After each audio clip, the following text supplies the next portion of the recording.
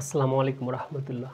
Accounting ইজির পক্ষ থেকে তোমাদের সবাইকে জানাচ্ছি অনেক অনেক শুভেচ্ছা এবং অভিনন্দন। আজকে আমরা দেখব অনুপাত বিশ্লেষণ পর্ব 2। আজকে আমরা বাকি 6টি সূত্র নিয়ে আলোচনা করব। এই 6টি সূত্র কিভাবে আমরা খুব সহজে মনে রাখতে পারি সেটা আমরা দেখব ইনশাআল্লাহ। তুমি যদি ক্লাসটি শেষ পর্যন্ত দেখো, কোনো প্রকার মনে রাখা ছাড়াই, কোনো প্রকার মুখস্থ করা ছাড়াই তুমি সূত্রগুলা তোমার মাথার মধ্যে সেট করাই নিতে পারবা। আমি শুধু পড়াই না, আমি কিন্তু মাথায় সেট করাই দেই। ঠিক আছে, তাহলে আমরা ক্লাসটা শুরু করে দেই। দেখো, আমরা আজকে টোটাল 6টি সূত্র শিখব। মোট মুনাফার হার, নিট মুনাফার হার, সম্পত্তির উপর মুনাফার হার, মালিকানা সত্ত্বের উপর মুনাফার হার, বিনিয়োজিত মূলধনের উপর মুনাফার হার, সম্পত্তির আবর্তন অনুপাত। এই যে এগুলো আমরা শিখব। তার মানে এর অনুপাতগুলো আমরা কিভাবে বাহির করতে পারি সেটা দেখি। তার মানে আমরা জানি যদি এগুলো বাহির করতে হয়, আমরা জানি প্রত্যেকটাতে কি হবে, অনুপাত মানে ভাগ, আমরা ভাগ দিয়ে নিলাম। ঠিক আছে, আমরা ভাগ দিয়ে নিলাম, কোনো ঝামেলা নাই। এখন এখানে একটা বিষয় মাথায় রাখতে হবে, অনুপাত বললেই তো আমরা ভাগ দেব, তাই না? ভাগ দিলাম। তো এখন মুনাফাটা কোন জায়গা থেকে আসে দেখো তো, এখানেও লেখা আছে মুনাফা। হ্যাঁ, এই মুনাফাটা আসলে আসে কোন জায়গা থেকে, এটা আমাদেরকে সর্বপ্রথম আইডেন্টিফাই করতে হবে, তা না হলে পাবো না আমরা। দেখো তো, আমরা যেহেতু ব্যবসা প্রতিষ্ঠান চালাই, মুনাফাটা আসলে কোন জায়গা থেকে আসে আমাদের একটা ব্যবসায়। তুমি ধরো একটা মুদির দোকান দিছো, তোমার মুদির দোকানে মুনাফা কোন জায়গা থেকে আসবে? ধরে নাও তুমি 50টা মার্কার কিনে আনছো, একটা মার্কার দাম 40 টাকা, তুমি সে মার্কার কিনে এনে বিক্রি করতেছো 50 টাকা করে। তার মানে যে বিক্রি করার পর তুমি 10 টাকা বেশি পাচ্ছ, 40 টাকা দিয়ে কিনে এনে তুমি 50 টাকা বিক্রি করতেছো। তুমি যখন বিক্রি করলে 50 টাকা, তার মানে 40 টাকা দিয়ে কিনে আনছো, 50 টাকা বিক্রি, তার মানে 10 টাকা আমাদের মুনাফা। তার মানে মুনাফাটা কিসের উপর নির্ধারণ হইলো? বিক্রয়ের উপর। আমরা যদি মালটা বিক্রি না করি, মুনাফা আসবে কোথা থেকে? তার মানে বিক্রয়ের উপর মুনাফা আসে। বুঝতে পাইলা? তার মানে এতটুকু মাথায় রাখবে সারা জীবন, যে যদি মুনাফা আসে কোন জায়গা থেকে আসবে? বিক্রয়ের উপর। কারণ বিক্রি না হলে তো মুনাফা নাই, বিক্রি না হলে মুনাফা নাই। তার মানে আমরা যে বিক্রি করবো ওটা কোন বিক্রয় হবে? নিট বিক্রয়। তাহলে কি কোন বিক্রয়? নিট বিক্রয়। দেখো, এই যে আমরা জানি মোট মুনাফার হার, মুনাফাটা কোন জায়গা থেকে আসে? বিক্রয়ের উপর আমরা মুনাফাটা ধরি, বা বিক্রয় থেকে আসে। তার মানে মোট মুনাফার হার, মুনাফা কিসের উপর ধরা হয়? বিক্রয়ের উপর। মুনাফা কিসের উপর ধরা হয়? বিক্রয়ের উপর। কোন বিক্রয়? নিট বিক্রয়। নিট বিক্রয়। মুনাফাটা কিসের উপর ধরা হয়? বিক্রয়ের উপর ধরা হয়। কোন বিক্রয়? নিট বিক্রয়। তাহলে নিট বিক্রয়ের উপর কি ধরা হয়? মুনাফা। এখনই তো বললাম যে বিক্রয়ের উপর মুনাফা ধরা হয়। আমরা যদি বিক্রয় না করি তাহলে মুনাফাটা কোন জায়গা থেকে আসবে? এই কারণে আমরা বিক্রয় করলাম, তারপর তো মুনাফা আসবে। তার মানে বিক্রয়ের উপর মুনাফা, এই যে নিচে বিক্রয়, উপরে মুনাফা। মুনাফা যদি মোট মুনাফার কথা বলে তাহলে এখানে মোট লিখবা, হয়ে গেল। বুঝতে পারলাম? মোট মুনাফা। যেহেতু হার বলছে, এই হার বলা মানে কি? 100 দ্বারা গুণ করা। বুঝতে পারলা? বুঝতে পারলাম। এবার এটা আসো, নিট মুনাফার হার। মুনাফাটা কোন জায়গা থেকে আসে? বিক্রয়ের ওখান থেকে। তাহলে মুনাফাটা কিসের উপর ধরা হয়? বিক্রয়ের উপর। তার মানে নিচে হবে কি? নিট বিক্রয়। নিট বিক্রয়। তাহলে বিক্রয়ের উপর কি ধরে? মুনাফা। তার মানে উপরে আমরা মুনাফা দিলাম। এটা কোন মুনাফা? যেহেতু নিট মুনাফার কথা বলছে, এখন আমরা নিট মুনাফা নিলাম। নিট মুনাফা। হার আছে, হার মানে কি? 100 দ্বারা গুণ। এখন বিষয়টা শোনো, বিষয়টা হচ্ছে যে তোমাকে যদি বলে মোট মুনাফার হার অথবা নিট মুনাফার হার, যে কোনো একটা সূত্র যদি তোমাকে বলে, আমাদেরকে সর্বপ্রথম মাথায় আনতে হবে যে বিক্রয়ের উপর মুনাফাটা ধরা হয়। কিসের উপর? বিক্রয়ের উপর। যেহেতু বিক্রয়ের উপর মুনাফাটা ধরা হয়, তার মানে কি নিচে এই যে বিক্রয় হবে নিট বিক্রয়, নিট বিক্রয়, বিক্রয় আমরা নিচে দিলাম। তাহলে বিক্রয়ের উপর কি? মুনাফা। এই কারণে দেখো, মুনাফা যদি নিট মুনাফার কথা বলে নিট মুনাফা, মোট মুনাফার কথা বলে মোট মুনাফা। এটাই হলো আমাদের কি উত্তর। আশা রাখতেছি তোমরা আমার কথাটা বুঝতে পেরেছো। মোট মুনাফার হার বলুক আর নিট মুনাফার হার বলুক, যেটাই বলুক না কেন, আমাদেরকে কী করতে হবে? উপরে ওটা দিয়ে দিতে হবে। ওকে, আশা রাখতেছি তোমরা বুঝতে পেরেছো। এবার পরেরটা আসো, সম্পত্তির উপর মুনাফার হার। তাহলে সম্পত্তির উপর মুনাফার কীভাবে বাহির করবো একটু দেখো। এখানে বলছি কি সম্পত্তির উপর মুনাফার হার, মানে কি সম্পত্তি নিচে থাকবে ওর উপর মুনাফাটা থাকবে। সম্পত্তির উপর মুনাফার হার মানে কি বলছে যে নিচে তোমরা সম্পদ দাও এবং উপরে কি দাও বলো তো, মুনাফা দাও, মুনাফা দাও। বুঝতে পাইলা?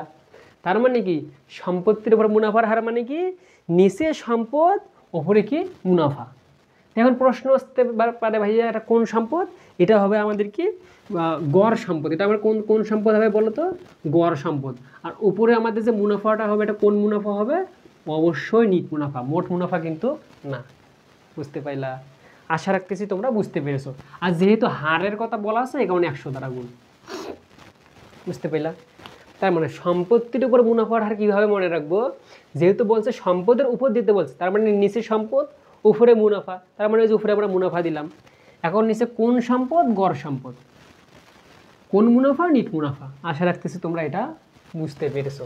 এই সম্পত্তির উপর মুনাফার হারের আর একটা নাম হলো টার্ন ওভার অনুপাত। কি অনুপাত? টার্ন ওভার অনুপাত। যদি তোমাকে টার্ন ওভার অনুপাতের কথা বলে তাহলে এই সূত্রটা দিবা, লিখে নাও। টার্ন ওভার অনুপাত পাবো না কিন্তু। টার্ন ওভার অনুপাত মানে কি সম্পত্তির উপর মুনাফার হার, এই সূত্রটা ওইটা একই। বুঝতে পারলা? এখন দেখো সম্পত্তির উপর মুনাফার হারও যে কথা, মুনাফার হারও যে কথা, উপার্জনও সে কথা। উপার্জন হারও সে কথা। তার মানে সম্পত্তির উপর মুনাফার হারও যে সূত্র হবে, সম্পত্তির উপর উপার্জন হারও সেই সূত্র হবে। ঠিক আছে? তার মানে মুনাফাও যে নাম, উপার্জনও সে নাম, দুইটাই হলো কি একই জিনিস। মুনাফা উপার্জন একই জিনিস। ঠিক আছে? আশা রাখছি তোমরা এটা বুঝতে পেরেছো। এবার এখানে দেখো মালিকানা সত্ত্বের উপর মুনাফার হার। এখন প্রশ্ন হচ্ছে ভাই যে মালিকানা সত্ত্বের উপর মুনাফার হারটা কীভাবে নির্ণয় করব? এটা বলেই দিছে মালিকানা সত্ত্বের উপর, মানে নিচে মালিকানা সত্ত্ব, উপরে কি মুনাফার হার। তাহলে নিচে আমরা দেব কি মালিকানা সত্ত্ব দেব।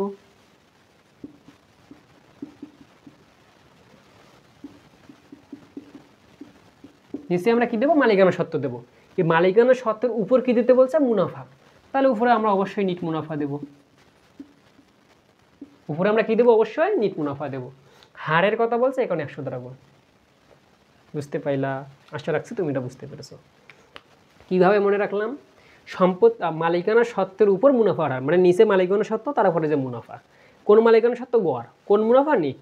হার আছে 100। এবার এটা দেখো বিনিয়োজিত মূলধনের উপর মুনাফার হার। কিসের উপর? বিনিয়োজিত মূলধনের উপর মুনাফার হার। মানে নিচে তাহলে কি বিনিয়োজিত মূলধন, লিখে দাও নিচে বিনিয়োজিত মূলধন।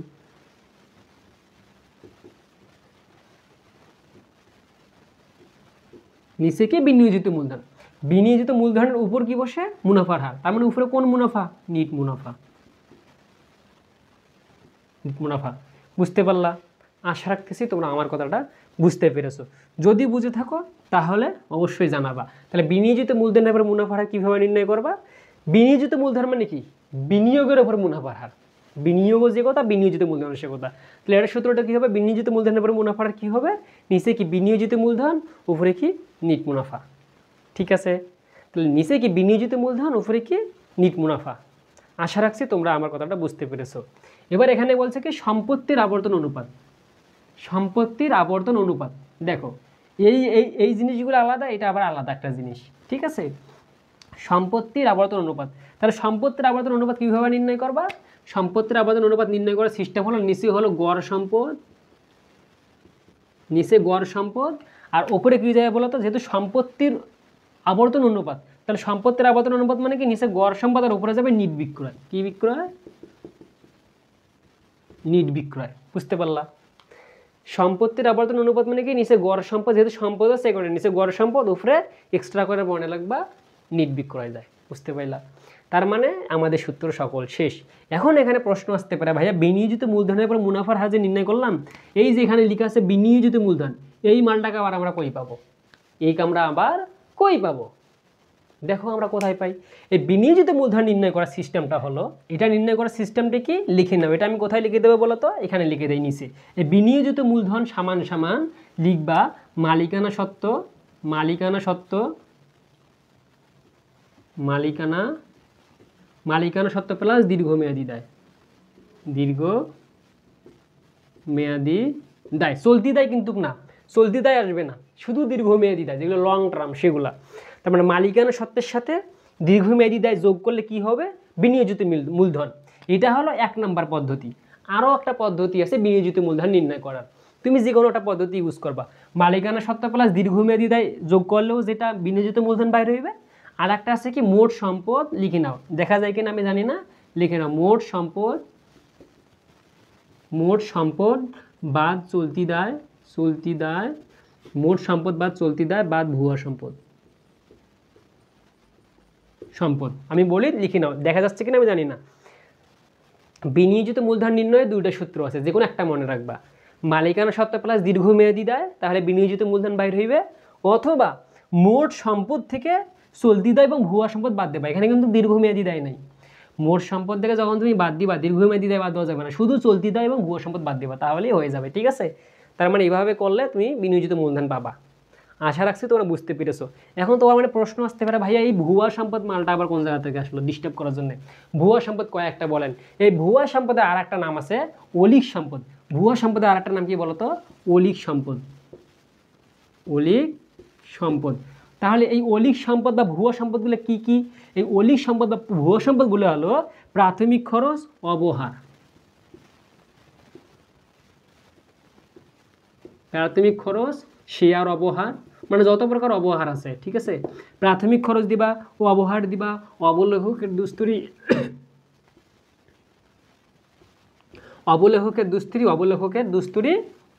এগুলো মনে রাখবা। ঠিক আছে, তার মানে প্রাথমিক খরচ, অবহার, অবলেহকের দুস্তুরি, এই কয়েকটা মনে রাখলে হয়ে যায় মোটামুটি।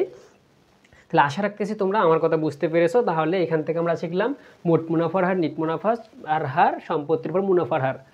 তার মানে কি নিট মুনাফা, মোট মুনাফা কিসের উপর ধরা হয়? নিট বিক্রয়ের উপর। তাহলে নিট বিক্রয় নিচে দিবা, উপরে কি মোট মুনাফা বলে মোট, নিট বলে নিট। সম্পত্তির উপর মুনাফার হার, যেহেতু বলেই দিয়েছে সম্পদের উপর মুনাফা, এখানে নিচের সম্পদ উপরে মুনাফা। এখানে বলছে মালিকানা সত্ত্বের উপর মুনাফা, নিচে মালিকানা সত্ত্ব, এই কারণে উপরে মুনাফা। এখানে বলেই দিছে বিনিয়োজিত মূলধনের উপর মুনাফা, এই কারণে নিচে বিনিয়োজিত মূলধন, উপরে কি নিট মুনাফা। এখানে বলে দিয়েছে সম্পত্তি আবর্তন অনুপাত, এই কারণে নিচে গড় সম্পদ, উপরে কি নিট বিক্রয়। বুঝতে পাইলা? এবার এখানে কি হচ্ছে যে বিনিয়োজিত মূলধন কোন জায়গা থেকে আসলো বা কীভাবে নির্ণয় করব। শুধু বিনিয়োজিত মূলধন কিন্তু এটা কিন্তু বিনিয়োজিত মূলধনের উপর মুনাফার হার না, শুধু একটা অংশ বিনিয়োজিত মূলধন, ছোট্ট অংশটুকু যে বিনিয়োজিত মূলধন। ঠিক আছে, তোমার ম্যাথ করতে হলে অটোমেটিক বুঝে যাবা। একটু দেখো তাহলে এটা কীভাবে নির্ণয় করবা? মালিকানা সত্ত্ব প্লাস দীর্ঘমেয়াদী দায়, অথবা আর একটা সিস্টেম কি মোট সম্পদ বাদ চলতি দায় বাদ ভুয়া সম্পদ। ভুয়া সম্পদগুলো কী কী? ভুয়া সম্পদ আর এক নাম হলো অলীক সম্পদ। এগুলো কী কী? প্রাথমিক খরচ, অবহার বা অবলেহকের দুস্তির, অবলেহকের কমিশন। হ্যাঁ, এগুলা। ওকে, আশা রাখতেছি তোমরা বুঝতে পেরেছো। তাহলে এই ছিল আজকের ভিডিওটি কেমন লেগেছে? এই যে আমি 6টা সূত্র দেখাইলাম, কোনোটা মুখস্থ করতে হচ্ছে কিনা অবশ্যই জানাই দেবা। তাহলে এরপর আমরা তৃতীয় পার্ট নিয়ে উপস্থিত হব, ওখানে আর আমরা 6টা বা 4টা 5টা সূত্র দেখলে মোটামুটি আমাদের পড়াশোনা শেষ। তাহলে আজকের ক্লাসটি পর্যন্তই। ভালো থাকবা, সুস্থ থাকবা, আল্লাহ হাফেজ।